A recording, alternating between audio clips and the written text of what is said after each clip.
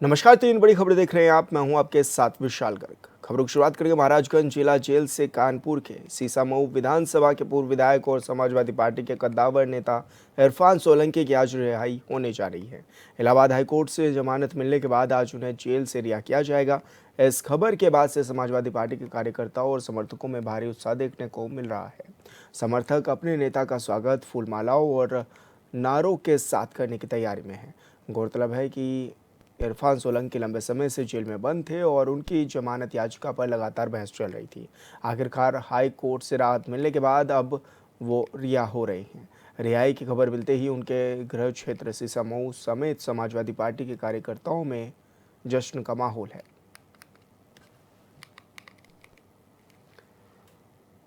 तो लंबे समय से जेल में बंद थे इरफान सोलंकी और आज उनकी रिहाई भी है। इरफान सोलंकी को जेल से रिहाई आज शाम को मिलेगी, जिसके बाद कार्यकर्ताओं में उत्साह भी देखने को मिल रहा है। लंबे समय से जेल में बंद थे इरफान सोलंकी को जेल से आज रिहाई भी मिलने वाली है। तो कार्यकर्ताओं में भारी उत्साह जो है वो देखा जा रहा है और इस दौरान कार्यकर्ता फूलमालाओं के साथ इरफान सोलंकी का स्वागत भी करेंगे। पूरी तरह से तैयारियां कर ली गई हैं। सपा में भी खुशी की लहर है। तो महाराजगंज से ये खबर आपको बता रहे हैं, जहां पर लंबे समय से इरफान सोलंकी जेल में बंद है और हाई कोर्ट से राहत इरफान सोलंकी को दी गई है और आज इरफान सोलंकी की रिहाई है। तो कार्यकर्ताओं में भारी उत्साह भी देखने को मिल रहा है।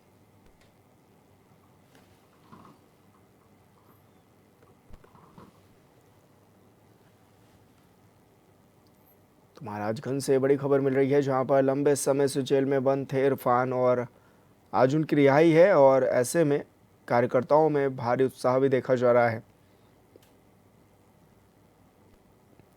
फूलमालाओं के साथ इरफान का स्वागत किया जाएगा। हाई कोर्ट ने रिहाई इरफान सोलंकी को दी है।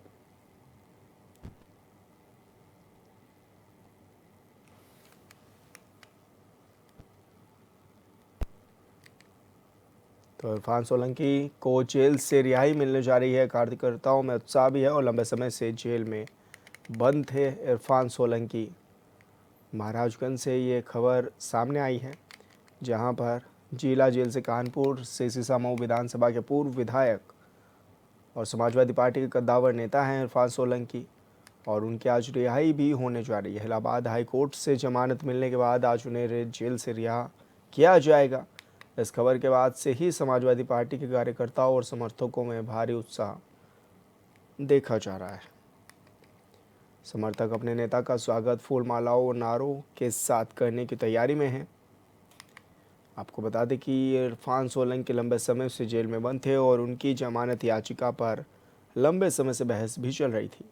आखिरकार हाई कोर्ट ने राहत अब दे दी है और रिहाई की खबर मिलते ही उनके गृह क्षेत्र सीसामऊ समेत समाजवादी पार्टी के कार्यकर्ताओं के बीच जश्न का भी माहौल है।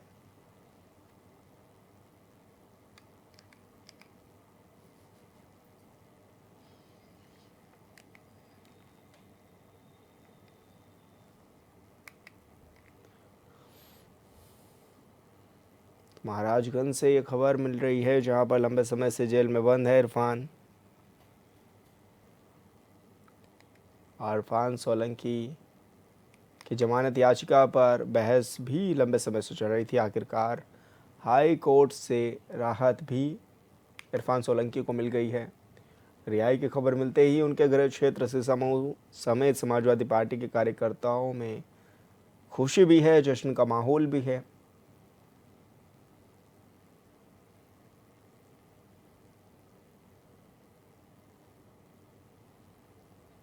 इरफान सोलंकी को जेल से रिहाई मिलने वाली है और कार्यकर्ताओं में उत्साह भी देखा जा रहा है।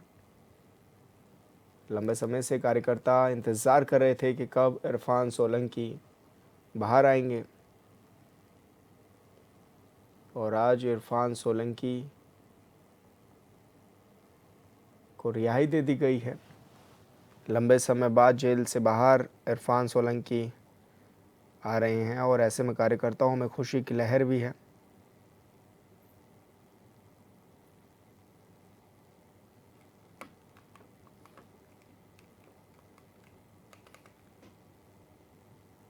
इरफान सोलंकी को जेल से रिहाई मिल गई है और ऐसे में कार्यकर्ताओं में उत्साह भी है।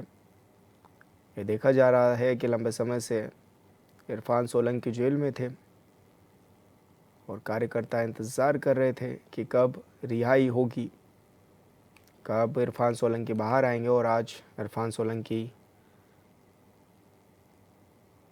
जेल से बाहर आएंगे और ऐसे में कार्यकर्ताओं में उत्साह भी है, खुशी भी है।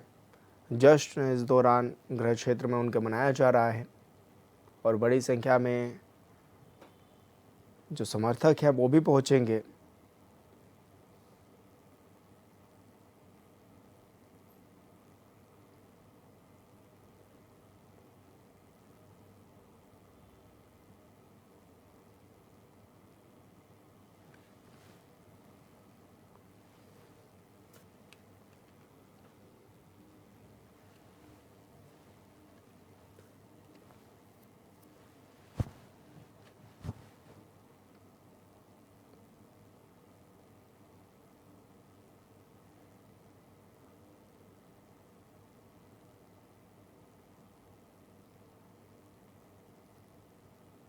तो कार्यकर्ताओं में आज उत्साह है। इरफान सोलंकी आज लंबे समय बाद जेल से बाहर आने वाले हैं। हाईकोर्ट से रिहाई उनको दे दी गई है।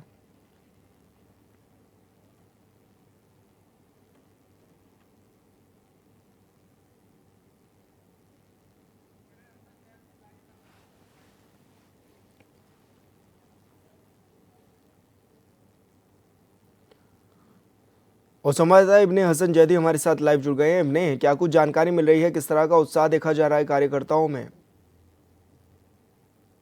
देखिए विशाल, मैं आपको बता दूं कि जिस तरीके से अगर हम इरफान सोलंकी की बात हम्म। करते हैं तो इरफान सोलंकी जो है 34 महीने के बाद जो है वो जेल से बाहर आएंगे। और जेल से बाहर जिस तरीके से अगर उनके आने की बात की जा रही है तो अगर मैं आपको बताऊं कि उनकी विधायक पत्नी नसीम सोलंकी और उनके दोनों बेटे महाराजगंज जेल पहुंच गए हैं। महाराजगंज जेल पहुंचने के बाद हम आपको बता दें कि आप सब वहां पर उनके बेटों को तो जेल के अंदर नहीं जाने दिया गया, लेकिन हाँ उनकी जो विधायक पत्नी है वो जेल के अंदर गई, क्योंकि कुछ सामान लेके वो वहां गई थी। और वो उन्हीं ने सामान जेल के अंदर जाने के बाद जो है उनको वहां पर विधायक को पहुंचाया, उसके बाद बाहर निकल आई हैं।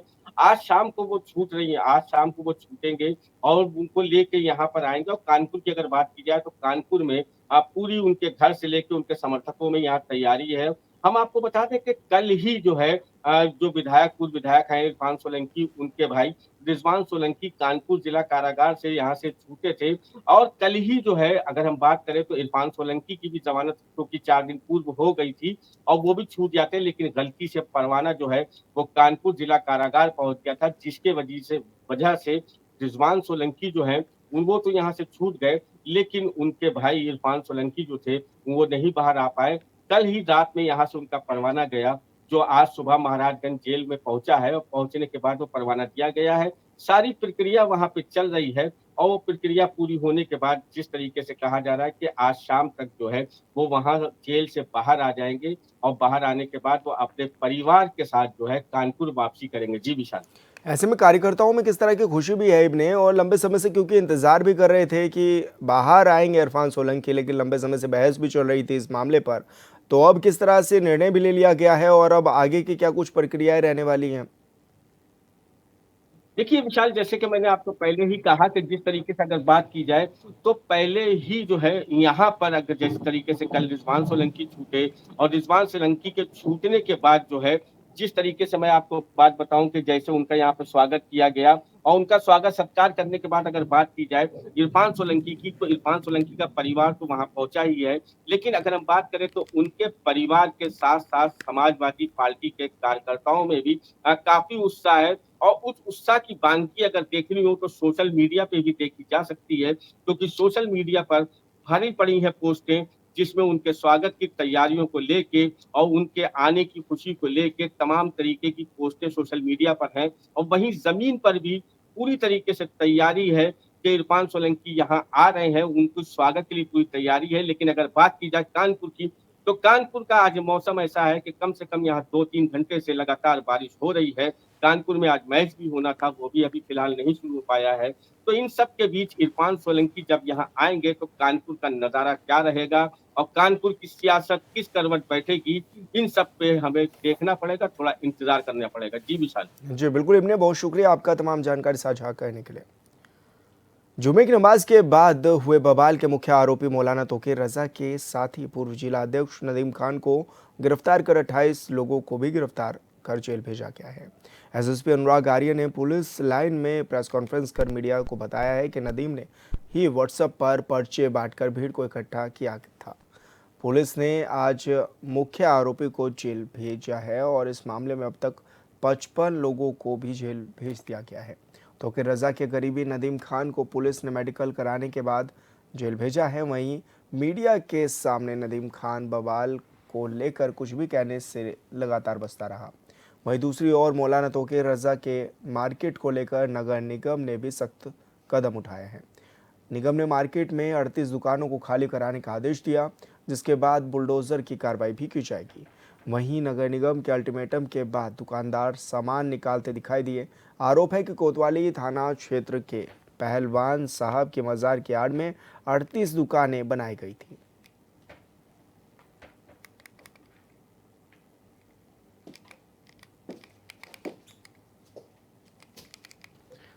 और तस्वीरों में भी देखा जा सकता है, टीवी स्क्रीन पर 3 तस्वीरें हैं जहां पर हिंसा के आरोपियों को गिरफ्तार किया गया है और ऐसे में ये भी दिखाया जा रहा है कि मेडिकल के बाद जेल भेजा गया। और ये तोकीर के मार्केट पर एक्शन के वीडियो हैं। तो तीनों वीडियो में देखा जा सकता है कि किस तरह की कार्रवाई पुलिस की ओर से भी की गई है।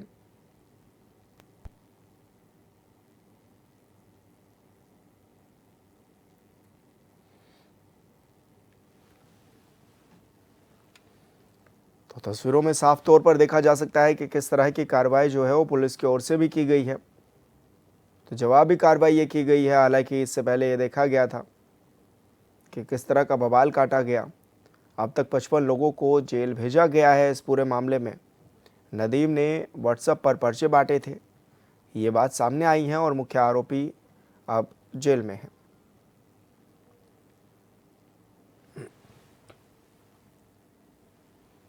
तो ऐसे में अभी तक बताया जा रहा है पुलिस के द्वारा कि 55 लोगों को गिरफ्तार कर जेल भेजा गया है। साथ ही मेडिकल भी कराया गया है और हिंसा के जो आरोपी थे उनको गिरफ्तार किया गया, जिसके बाद वो पुलिस के सामने माफ़ी मांगते हुए नजर आए, गिड़गिड़ाते नजर आए।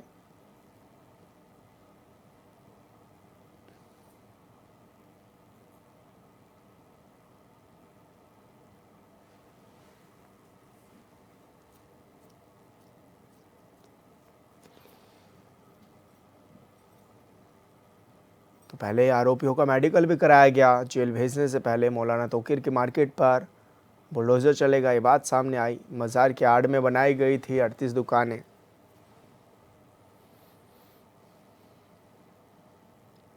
और संवाददाता दीपक कुमार हमारे साथ लाइव जुड़ गए हैं। दीपक, किस तरह की पुलिस की कार्यशैली अब देखने में नजर आई है और किस तरह की कार्रवाई पुलिस के द्वारा की गई है जो हुड़दंग मचा रहे थे?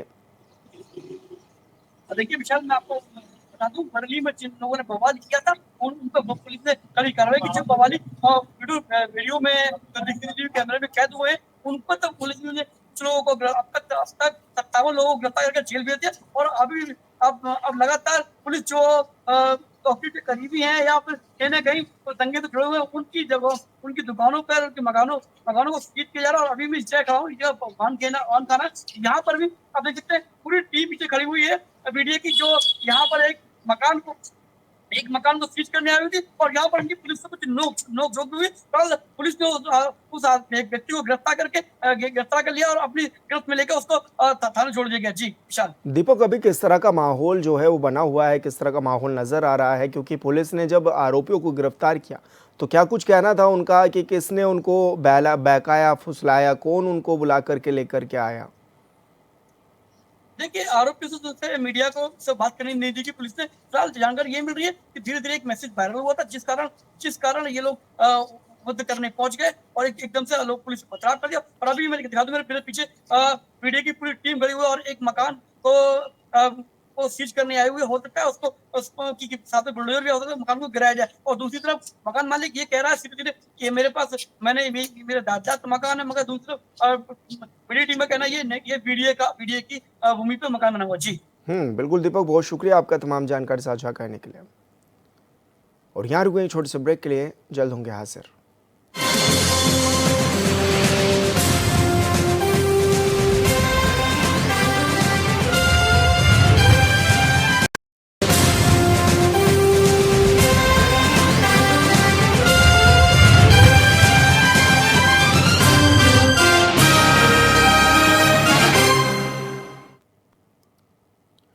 ब्रेक के बाद स्वागत है आपका। तीसरी बड़ी खबर का रुख करेंगे। टनकपुर पिथौरागढ़ ऑल वेदर सड़क में चंपावत का स्वाला डेंजर जोन बारिश रुकने के बावजूद यात्रियों के लिए मुसीबत बना हुआ है।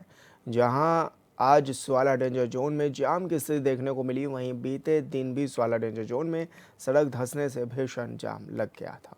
यात्रियों ने बताया है कि स्वाला डेंजर जोन में उन्हें लगभग 2.5 घंटे जाम का सामना करना पड़ा, जिस वजह से छोटे बच्चों और महिलाओं को काफ़ी परेशानियां भी हो रही हैं।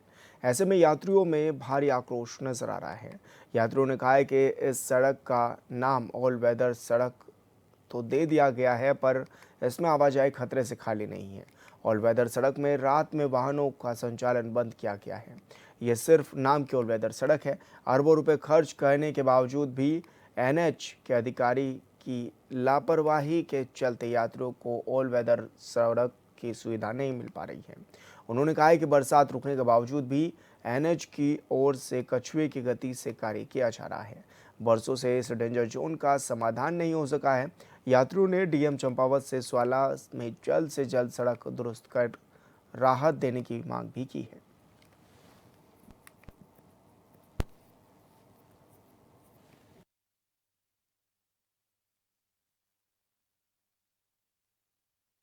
हम 2.5 घंटे से जाम में फंसे हैं। लगातार जो एनएच के नाम पर जो यहाँ पर लोगों को और जनता को ठगा जा रहा है, लगातार लोगों को आप देख रहे होंगे, बरसात के बाद जो मौसम बिल्कुल रुक सा गया, उसके बाद भी ये रोड खुल नहीं रही है।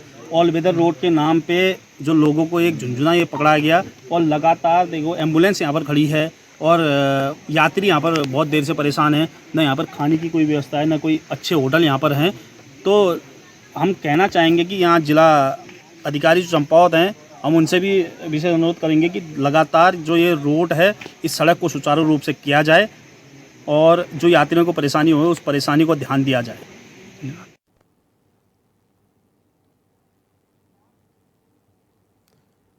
और संवाददाता लक्ष्मण बिष्ट हमारे साथ फोन लाइन पर जुड़ गए हैं। लक्ष्मण, किस तरह की दिक्कतें स्थानीय लोगों को भी हो रही है और पर्यटकों को भी आवाजाही में करनी पड़ रही है इस स्वाला डेंजर जोन के पास से? जी, मैं बताना चाहूँगा, जो टनकपुर पिथौरागढ़ ऑल वेदर सड़क है, जो चंपावत का स्वाला डेंजर जोन में काफ़ी मतलब मुसीबत बनी हुई है, यात्रियों के लिए भी, पर्यटकों के लिए भी, प्रशासन के लिए भी। तो स्वाला डेंजर जोन जो है काफ़ी दिक्कतों से भरा हुआ। सुबह से भी जो है एनएच लगातार स्वाला डेंजर जोन में बंद पड़ा हुआ है, जिस कारण काफ़ी मुसीबतों का सामना चंपावत जिले के साथ साथ पिथौरागढ़ जिले के यात्रियों को, लोगों को, व्यापारियों को करना पड़ रहा है। और कल भी लगभग 2.5 घंटा एनएच बंद रहा, जिस कारण यात्रियों को काफी दिक्कतें आई और यात्रियों में स्वाला डेंजर जोन को लेकर एनएच के खिलाफ जो काफी नाराजगी देखने में नजर आई। लोगों का कहना है करोड़ों रुपए स्वाला डेंजर जोन में खर्च किए जा चुके हैं, पर उसके बाद भी स्थिति जस की तस बनी हुई है और जो है जो ऑल वेदर सड़क है, सिर्फ नाम की ऑल वेदर सड़क रह गई है। जी, लेकिन लक्ष्मण, अब तो लोगों में रोष भी दिखने लगा है और साफ तौर पर वो कह रहे हैं कि ऑल वेदर रोड तो बना दी गई, लेकिन इसका कोई फायदा दिखता हुआ नजर नहीं आ रहा है।